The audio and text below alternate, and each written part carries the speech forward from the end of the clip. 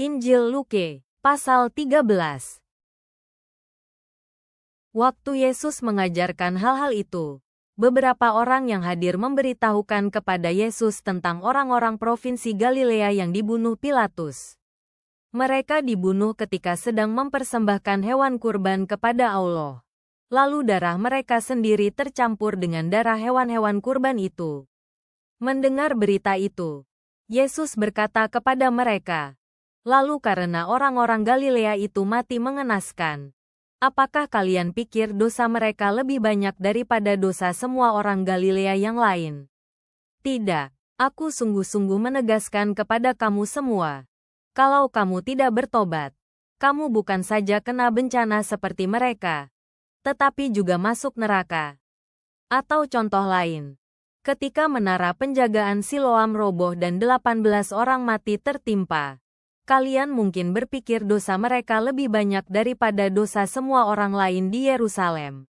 Sama sekali tidak. Sekali lagi aku menegaskan kepadamu, kalau kamu tidak bertobat, kamu bukan saja kena bencana seperti mereka, tetapi juga masuk neraka. Lalu Yesus menceritakan perumpamaan ini. Ada seseorang yang mempunyai sebatang pohon ara di kebun anggurnya. Dia sudah beberapa kali datang untuk mencari buah pada pohon itu, tetapi tidak ada. Maka dia berkata kepada tukang kebunnya, "Lihat, sudah 3 tahun saya mencari buah pada pohon ara ini, tetapi belum pernah ada. Karena itu tebanglah pohon ini daripada merusak kesuburan tanah. Tidak ada gunanya pohon ini tumbuh di kebun saya." Tetapi tukang kebun itu menjawab, "Tuan, biarkanlah pohon ini tumbuh 1 tahun lagi. Saya akan menggali tanah di sekelilingnya dan menaburkan pupuk kandang. Mudah-mudahan tahun depan pohon ini berbuah. Kalau tidak, kita tebang saja." Suatu kali pada hari Sabat, Yesus sedang mengajar di sebuah rumah pertemuan. Di situ ada seorang perempuan yang sudah 18 tahun punggungnya bungkuk dan tidak bisa berdiri tegak lagi, sebab roh jahat membuatnya lemah. Ketika melihat perempuan itu, Yesus memanggilnya untuk maju ke depan dan berkata, "Ibu, kamu sudah disembuhkan dari penyakitmu." Lalu Yesus meletakkan tangannya pada perempuan itu. Saat itu juga dia langsung bisa berdiri tegak, lalu memuji Allah. Tetapi pemimpin rumah pertemuan itu menjadi marah karena Yesus menyembuhkan orang sakit pada hari Sabat. Dia berkata kepada orang banyak, "Ada 6 hari untuk bekerja. Karena itu datanglah pada hari-hari itu untuk disembuhkan. Jangan pada hari Sabat." Tetapi jawab Tuhan, "Hei kamu orang-orang munafik, setiap hari kalian masing-masing melepaskan tali sapi atau keledaimu dari kandang, lalu membawanya pergi untuk memberinya minum, bahkan pada hari Sabat." Ibu ini adalah keturunan Abraham yang sudah 18 tahun menderita karena perbuatan Satanas. Dia seperti terikat rantai besi. Tentu tidak salah membebaskan dia dari penderitaannya, biarpun hari ini hari Sabat. Sesudah Yesus berkata begitu, semua orang yang melawan dia menjadi malu.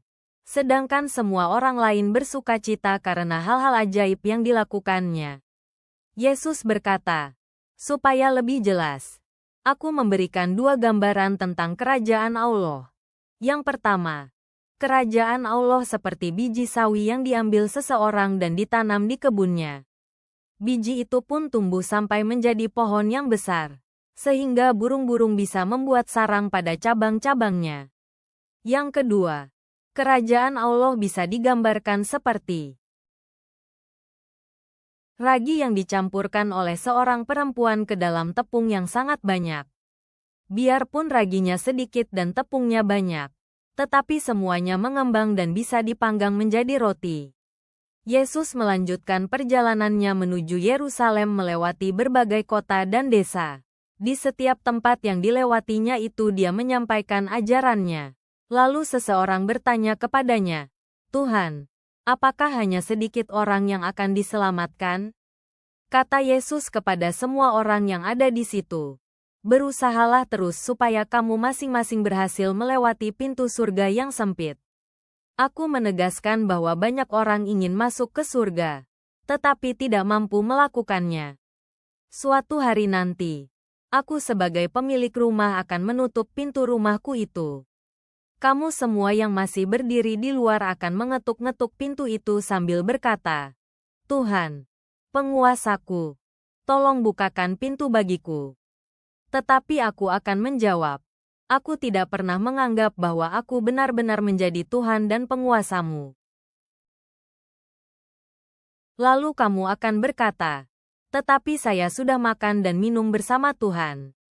Engkau juga pernah mengajar di jalan-jalan kota kami." Saat itu aku akan berkata kepadamu, "Di mataku, kalian tidak pernah menganggap aku sebagai Tuhanmu. Hei kamu dan semua pelaku kejahatan, pergilah dari hadapanku.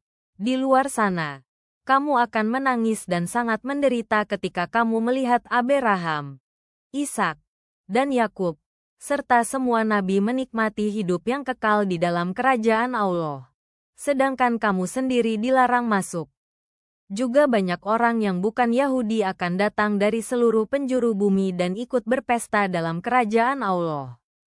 Dan ketahuilah, orang-orang yang sekarang ini mempunyai kedudukan rendah, kelak akan mendapat kedudukan tinggi. Dan orang-orang yang sekarang ini mempunyai kedudukan tinggi, kelak akan mendapat kedudukan rendah. Hari itu juga beberapa orang Farisi datang kepada Yesus dan berkata, "Pergilah dan tinggalkan tempat ini, karena Raja Herodes mau membunuhmu."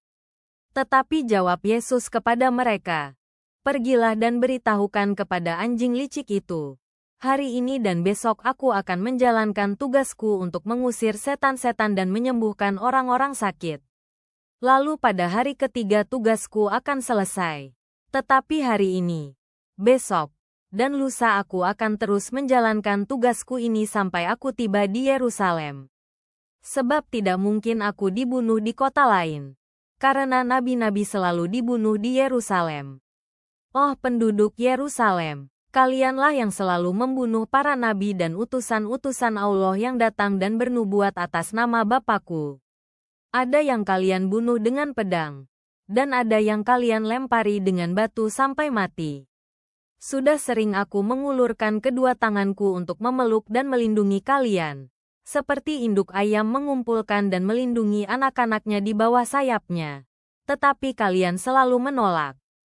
Ingatlah, hampir tiba saatnya Allah tidak lagi mendiami rumahnya yang ada di kotamu. Percayalah bahwa mulai sekarang, kalian tidak akan melihat aku lagi sampai tiba saatnya aku datang kembali dan kalian berkata, 'Diberkatilah Raja kita ini yang datang mewakili Tuhan.' Tuhan, panggil kami untuk bertobat agar kami tidak binasa. Dorong kami untuk segera berbalik di dunia yang penuh bencana ini. Sembuhkan jiwa-jiwa yang tertunduk dalam sistem yang menindas, berbuah atau menghadapi penghakiman dalam hidup yang tidak produktif. Masukilah pintu sempit keselamatan. Segala kemuliaan bagimu, sekarang dan selamanya. Amin.